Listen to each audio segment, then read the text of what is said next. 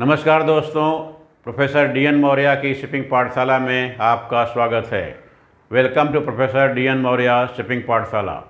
Today I shall talk on North Atlantic route, Panama route and Cape Horn route. You can see here on this map, this globe, this is the Europe, that is all advanced countries, Norway, England, Germany, France, Spain on Europe side, and on America side, North America side, you can see Canada, USA.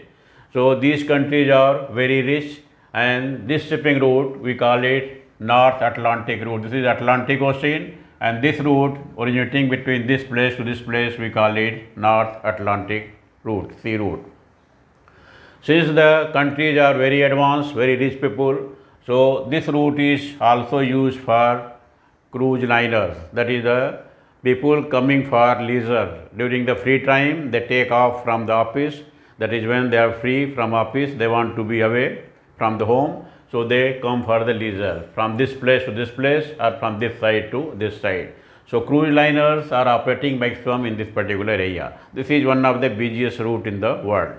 Apart from the cruise liners, there is also cargo movement. What the cargo flows here, that is the finished goods, raw materials, foods. These are the cargo which is moving between the Europe and the American continent, North American continent. Now let us say ship starts somewhere from here, let us say from London. Ship is starting and it's coming to somewhere in, let us say USA, we say it is New York. So this is the, let us say, route, a place starting from London and going to New York. So this is the route. This route we call it North Atlantic. North Atlantic because this is in the Atlantic Ocean and this is the north part of the Atlantic, North Atlantic Ocean. So we call it North Atlantic route. Now coming to New York, after the New York, let us say the ship wants to go to somewhere on the western side of USA. That is, let us say somewhere San Francisco. This is the one of the port, or Los Angeles. So this is the second port. Let us say ship has come here, cargo ship, and they want to go to the San Francisco. That is from east coast of USA to the west coast of USA. Then they have to follow a particular route, and this route is from here. The ship will take a route like this, like this, like this, and come cross to the Panama Canal, and then they will go to San Francisco. So this we call it Panama route. The ship passing through the Panama Canal, we say it is the Panama route. So you have seen two routes. First is the North Atlantic between the Europe and North American continent, and second is from east coast of USA to the west coast of USA. We call it Panama route, going through the Panama Canal. We will just have a close look in zoom and then we will come back to the further discussion. Now let us say there is a cruise liner at London. The ship is starting from the London at this point and then going towards the USA. So ship will take this route like this, and then reaches to the New York. The line of sight distance between London and New York is 6,300 kilometers. So if you take a aircraft, it will take roughly about 7 hours at the speed of 800 kilometers per hour.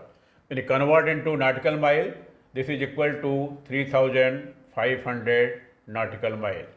And ship at the speed of 20 nautical mile per hour, this will take about 7 days time to reach from London to New York. So time is not the concern for them because they are going to enjoy. This is for the purpose of leisure. So people move into the luxury ships, that is the cruise liners, and in 7 days time this will reach from London to New York. There are some other places also in the USA where the people can go. Like you can see, there are some good places like Miami. Miami is also a tourist place. So they can also go to that place that is south of this particular New York port. Okay. So Miami, Houston, these are the places where people can go. So this is basically used by the people as a leisure purpose, where the passenger ships or the cruise liners ply between these two places. So this is, we call it North Atlantic route. Apart from the passenger ships, there are also cargo ships moving from these places. That is the same countries, Norway, UK, Germany, France, and following the same route and going to New York or other port up to the south of the New York, or even to the north of the New York, that is the Boston and Portland, etc. Now we will see how the cargo ship taking the route and going from east coast to the west coast. Let's say there is a cargo ship at Houston port, that is the east coast of USA. From the Houston port, the ship will, let us say ship has to go to the west coast of USA, San Francisco port. So from here the ship will start, take this route, from here passing via Panama Canal, then goes upward like this and then reaches to the San Francisco. Distance from Houston to San Francisco is about 6,000 nautical mile. Ship passing through Panama Canal, so there will be some speed limitation. So let us say ship is moving at the speed of 15 nautical mile per hour. So by doing so, ship will take roughly 16 days. Ship will take 16 days to reach from Houston port to the San Francisco port by using Panama Canal. But Panama Canal has got a limit. Panama Canal can permit the vessel which have got maximum length of 370 meter, maximum width of 32 meter and maximum draft of 13.5 meter, and ship size being something close to 65,000 to 70,000 DWT. Ship of bigger size cannot cross through the Panama Canal. See, Panama Canal is a very unique canal.